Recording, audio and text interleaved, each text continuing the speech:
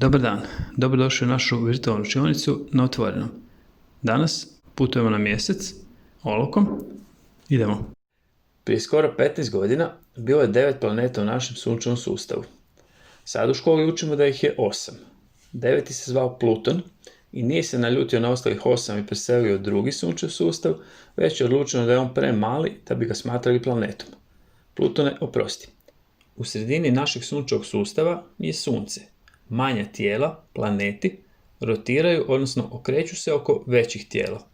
Mi smo treći kamen od Sunca i mjesec se zajedno s nama okreće oko Sunca, ali pošto je mjesec puno manji od Zemlje, on se usput još i vrti oko nas. On je Zemljin prirodni satelit.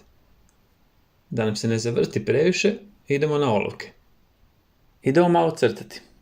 Napravimo krug na papiru. Odaberite želite li da se vidi cijeli mjesec ili samo njegov dio. Nađite sve olovke koje imate, složite ih na stol i pogledajte šta na njima piše i kakav trag ostavljaju na papiru.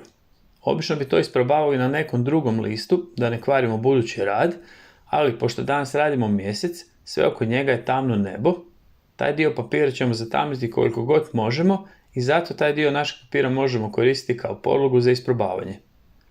Cilj bi bio da ubuduće znamo već po oznaci što od neke olovke možemo očekivati, koliko tamno ili koliko svjetlo. Znamo kako izgleda olovka.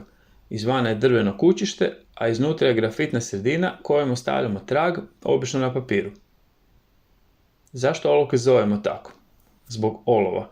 Prije ovakvih olovaka kakve danas koristimo, umjesto grafita koristilo se olovo, a još prije olova koristilo se srebro. Srebro je ostavljalo sivkasti trag na papiru i danas, na primjer, u knjigama možemo vidjeti skice Leonarda ispod kojih piše crtež srebrenkom. Te srebrenke skoro da se nisu trošile, ali je vjerovatno cijena srebra bila razlog da se ljudi okrenu prema olovu i poslije prema grafitnim olovkama kakve koristimo i danas. Te olovke koje danas koristimo dijelimo na 3 vrste. Kad na olovci vidite slovo H, to je oznaka od engleske riječi hard, što znači tvrdo. Grafit u takvim olovkama je miješan s glinom i te olovke ostavljaju svjetliji trag. Koristimo za skice i općenito za svjetlije dijelove crteža. Osim toga, na olovkama može biti i oznaka B, od engleskog black, što znači crno, i u njima je grafit pomiješan s ugljenom. Takve olovke su mekše i tamnije. Koristimo za tamnije dijelove našeg crteža.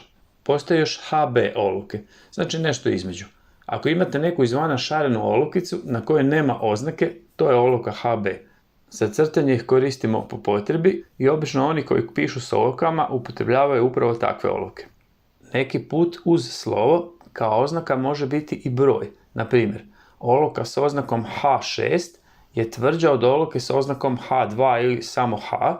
Čim je veći broj, olovka će ostaviti svjetliji trag. Isto tako, ako olovka ima recimo oznaku B8, ostavljat će puno tamniji trag od olovke s oznakom B4 ili B2 ili samo B. Kad krenemo crtati, pazimo i na pritisak. Svaka olovka, bez obzira na oznaku, će ostavljati tamniji trag na papiru ako je pritisak veći. Crtež može postati još tamniji ako ga više puta prođemo olovkom B. Istražujte kakav trag na papiru ostaje od olovke koju smo upravo zašiljili i kako se trag mijenja dok se vrh olovke pomalo tupi. Još nam je bitan kut držanja olovke. Za detalje, našiljena olovka koju držimo malo uspravnije u odnosu na papir. Za ravnomjernije pokrivanje veće površine koristimo mekšu olovku čiji se vrh malo zaoblio, zatupio i olovku držimo malo bliže papiru, odnosno manji kut u odnosu na papir. Ako ne želimo da nam se potezi olovke vide, možemo ih zagladiti. Naravno, uvijek možemo koristiti prst, ali bolje od prsta je razmazivač. To u biti izgleda kao olovka, ali iz tvrdo prešenog papira, znači kao olovka bez grafitnog punjenja i služi da lijepo možemo razmazati svaki dio slike koji ocijenimo da ga treba malo zagladiti i napraviti lagani prijelaz. Ako to nemamo, uzmemo neki papir mekani, možemo uzeti ove papirnate maramice ili salvete i malo si tako pomognemo. Kad radimo, koristimo drugi list papira kao zaštitu. Na taj list papira naslonite ruku, odnosno dlan, dok crtate. Na taj način smanjujemo razmazivanje grafita dlanom po slici. Uvijek će se grafit u nekoj mjeri razmazivati I na kraju ono što bi trebalo biti najsvjetliji dio slike uvijek možemo počistiti brisavom. Na taj način iskoristimo bijelinu papira i dobijemo najsvjetliji dio crteža. Ovo bi više manje bio gotov rad. Na radu bi trebali imati raspon, čim više svjetlih i tamnijih dijelova. Mala analiza šta smo danas u biti radili na ovom crtežu. Znači mjesec je okrugao. Ako ga gledamo s ove strane, ovo tu je tamna strana mjeseca, to nas ne zanima, ali na ovom svjetlom dijelu, ovdje je najbliži dio, ovaj dio nam je malo dalje, ovdje nam je još dalje dio. Znači u ovom dijelu, tu rubnom, znači to bi bilo ovo, taj dio možemo malo zamagliti. Tu može biti manje detalja i ako radimo to tamnije sa B olovkom, ona je mekana i nju možemo ovako razmazati s onim razmazivačem kupovnim koji je super jer ima špicu i onako malo detaljnije to možemo raditi, ali ako ga nemamo možemo onako napraviti sam svoj majstor, onaj papirić koji smo srovali i onda se s tim malo pomognemo. Još nešto je oblik kratera, recimo. Krateri će nam dati dojam detalja, znači krateri koji su ovako okruglasti, njih radimo u ovom dijelu, srednjem, znači od toga gledamo onako više frontalno, a ovaj tu dio, znači tu dođe do zakrivljenja površine i te kratere koji su na tim rubnim dijelovima radimo ovako, znači oni nisu okrugli nego su više ovalni. To nam isto da određeni dojam onako udaljenosti.